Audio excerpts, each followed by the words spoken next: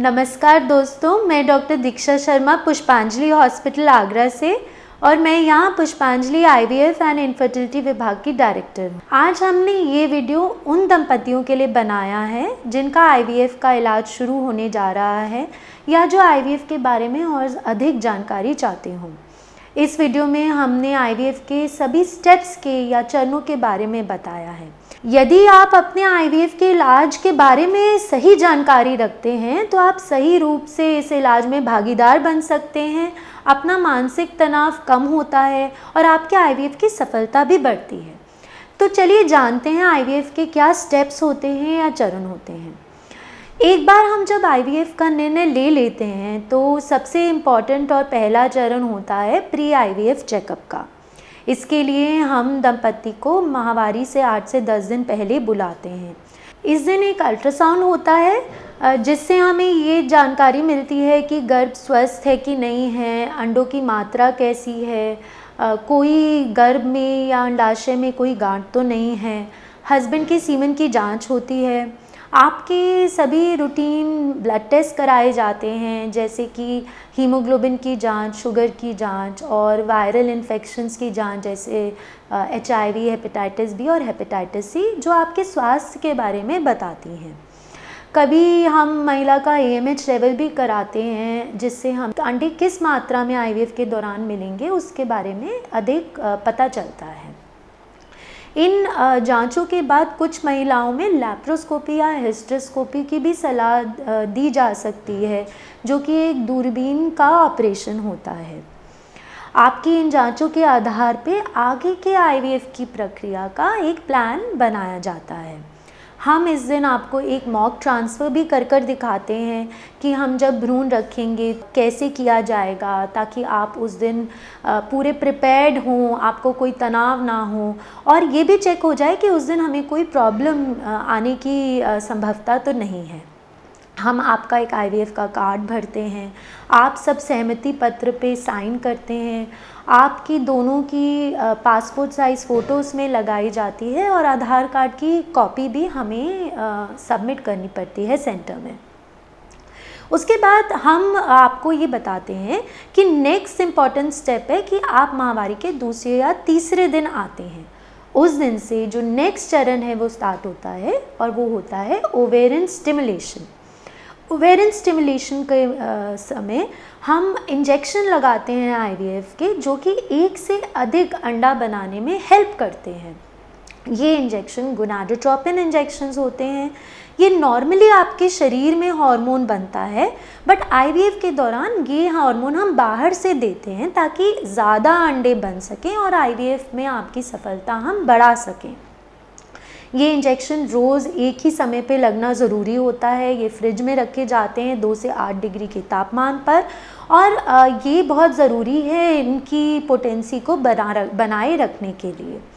हम ये इंजेक्शन आपको पैक करके दे देते हैं, इनको लगाने की विधि आपको समझाते हैं कि ये रोज़ एक ही समय पे लगाने हैं और इन इंजेक्शन के दौरान 2 से 3 बार आपको सेंटर बुलाया जाता है। इस दिन आपका अल्ट्रासाउंड होता है कि देखने के लिए कि इन इंजेक्शन का असर कैसा आया है। कुछ महिलाओं में ब्लड टेस्ट जो कि ईस्ट्रेडियोल हार्मोन होता है वो भी कराया जाता है ताकि हम ये जान सकें कि जो अंडे हैं वो बहुत कम या बहुत अधिक मात्रा में तो नहीं बन रहे हैं। इस दौरान जब अंडों का साइज 17 से 18 मिलीमीटर पहुंच जाता है तो फाइनल इंजेक्शन दिया जाता है, जो होता है ट्रिगर इंजेक्शन बोलते हैं। ये HCG होता है या कुछ केसेस में GnRH एगोनिस्ट नामक ल्यूप्राइड नामक इंजेक्शन भी हो सकता है। ये फाइनल ट्रिगर का इंजेक्शन आपके अंडों को ये फाइनल मैच्योरेशन में मदद करता है। ये इंजेक्शन बहुत ज़रूरी इंजेक्शन होता है। इसे रात में लगाया जाता है और इसको सही समय और सही तरीके से लगाना अनिवार्य है और इसलिए ये हम हॉस्पिटल में ही आपको बुलाकर लगाते हैं। इस इंजेक्शन के 34 से 36 घंटे के बाद अंडे निकालने की प्रक्रिया शुरू की जाती है।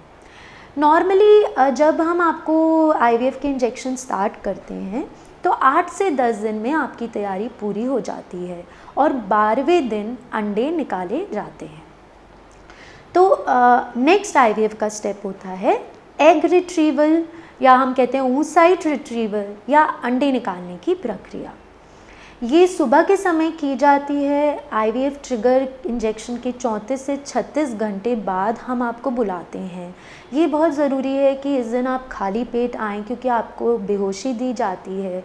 बेहोशी का असर 2-3 घंटे रहता है और इसके बाद आप अपने घर जा सकते हैं, सामान्य खाना खा सकते हैं। हल्की फुल्की आपको उस दिन ब्लीडिंग हो सकती है, तो उसके लिए घबराएं मत। और आपको जो उसके एग रिट्रीवल के बाद दवाएं या इंजेक्शन का सुझाव दिया जाता है वो अच्छी तरह करना ज़रूरी है। इस प्रक्रिया में कोई चीरा नहीं आता है, इसमें कोई दर्द नहीं होता है। आप बेहोश होते हैं तो आपको कुछ पता नहीं चलता है और ये केवल 15 से 20 मिनट की प्रक्रिया होती है। एक बार जब अंडे के आसपास का पानी निकाल कर आईवीएफ लैब में दिया जाता है, तब आगे लैब का काम शुरू होता है और यहाँ हमारे एम्ब्रियोलॉजिस्ट का रोल आता है और अंडे और शुक्राणु को मिलाकर लैब में भ्रूण तैयार किया जाता है। ज़्यादातर दंपतियों के केस में जो है इक्सी की जाती है, जो कि हम अलग वीडियो में आपके साथ डिस्कस करेंगे। और दूसरे, तीसरे या 5वें दिन के भ्रूण को फिर गर्भ में रखने के लिए तैयार किया जाता है। ये निर्णय कि हम कौन से दिन का भ्रूण गर्भ में रखेंगे या कितने भ्रूण गर्भ में रखेंगे, ये आपसे एम्ब्रियो ट्रांसफ़र वाले दिन हम डिस्कस करते हैं और आपको अगली डेट दी जाती है कि आपको कब आना है। ये निर्णय उस पे निर्भर करता है कि हमारे पास कितने भ्रूण हैं, भ्रूण की क्वालिटी क्या है, जिसे हम ग्रेडिंग कहते हैं, उनमें कितने सेल्स हैं। ज़्यादातर तीसरे दिन भ्रूण में 8 सेल होते हैं और 5वें दिन ब्लास्टोसिस्ट बन जाता है। अगर हम ब्लास्टोसिस्ट ट्रांसफ़र करने का चयन करते हैं तो हमारे प्रेगनेंसी रिजल्ट्स बेहतर हो सकते हैं, क्योंकि ब्लास्टोसिस्ट एक ऐसा तरीका है जिससे हम सबसे स्वस्थ भ्रूण चूज़ कर सकते हैं और कम भ्रूण से भी गर्भ हासिल कर सकते हैं। और हमारे सेंटर में अगर हमारे तीसरे दिन पे 4 से 5 अच्छे भ्रूण होते हैं तो हम ब्लास्टोसिस्ट ट्रांसफ़र का ही आपको एडवाइस देते हैं और इसके लिए हम अंडा निकालने के 5 दिन बाद आपको बुलाते हैं एम्ब्रियो ट्रांसफ़र के लिए। तो फाइनल स्टेप ऑफ आईवीएफ जो है वो है एम्ब्रियो ट्रांसफ़र।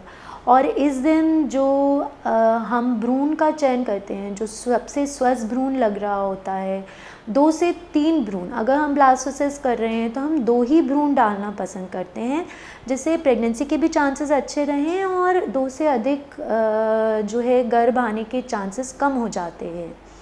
तो उस दिन हम सबसे स्वस्थ भ्रूण आपके गर्भ में रखते हैं। एम्ब्रियो ट्रांसफ़र वाले दिन आप अपना खाना खा के आ सकते हैं। ये भी 10 से 15 मिनट की प्रक्रिया होती है, इसमें बेहोशी की कोई ज़रूरत नहीं होती है और इसके बाद थोड़ी देर सेंटर में रेस्ट करके आप घर जा सकते हैं। ज़रूरी ये है कि आप स्ट्रेस ना लें और जो भी आपको सारी दवाइयाँ दी गई हैं वो अच्छे से जो है इस्तेमाल करें। बिना डॉक्टर की राय के कोई भी दवाई ना लें। ज़्यादातर महिलाएं ये पूछती हैं कि एम्ब्रियो ट्रांसफ़र के बाद हम को अधिक रेस्ट की ज़रूरत है, तो ऐसा नहीं है। हम एक लिखित में आपको पर्चा देते हैं जिसमें आपको सारे परहेज़ लिख के दिए गए होते हैं। आप नॉर्मल अपना दिनचर्या का सभी काम कर सकते हैं और ऐसा नहीं है कि आपको हर समय लेटे रहना है, क्योंकि शोध में ये भी पाया गया है कि अगर आप ज़्यादा लेटते हैं तब भी कभी कभी रिज़ल्ट कम हो जाए। आईवीएफ की सफलता सबसे ज़्यादा जो है स्वस्थ भ्रूण पे निर्भर करती है और आपका गर्भ कितना स्वस्थ है उस पर निर्भर करती है। एम्ब्रियो ट्रांसफ़र के 15 दिन बाद हमारे आईवीएफ का रिज़ल्ट आता है कि जो हमने भ्रूण रखा है वो गर्भ में चिपका है या नहीं चिपका है। और इस दिन आपके बीटा HCG नामक एक ब्लड टेस्ट कराया जाता है, जिससे हमें ये पता चल जाता है कि वेदर आपका जो आईवीएफ है वो सफल हुआ है या नहीं हुआ है। आपको और अच्छी तरीके से समझाने के लिए मैंने ये कैलेंडर लिया है। यदि महिला का पीरियड जो है वो 4 तारीख को आया है तो 5 या 6 तारीख से इंजेक्शन शुरू किए जाते हैं। अगर 6 तारीख से इंजेक्शन स्टार्ट करते हैं तो उसे हम बोलेंगे डे 1 या इंजेक्शन का पहला दिन। 7th जो है वो दूसरा दिन, तीसरा दिन, चौथा दिन, 5वां दिन, छठा दिन, 7वां, 8वां, 9वां और 15 तारीख को 10वां दिन रहेगा।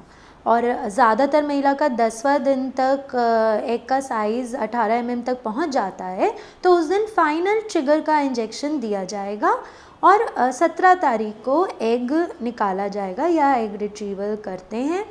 और अगर 17th को एग रिट्रीवल होता है तो 20th या 20 तारीख को तीसरे दिन का भ्रूण तैयार होगा और 22 तारीख को ब्लास्टोसिस बनेगा। तो अगर आप ब्लास्टोसिस ट्रांसफ़र आपका होगा तो वो 22 तारीख को किया जाएगा। मैं आशा करती हूँ कि इस वीडियो द्वारा आपको आईवीएफ के सभी स्टेप अब क्लियर हो गए होंगे और हम ज़रूर आगे आपके लिए और नए वीडियोज़ लेकर आते रहेंगे।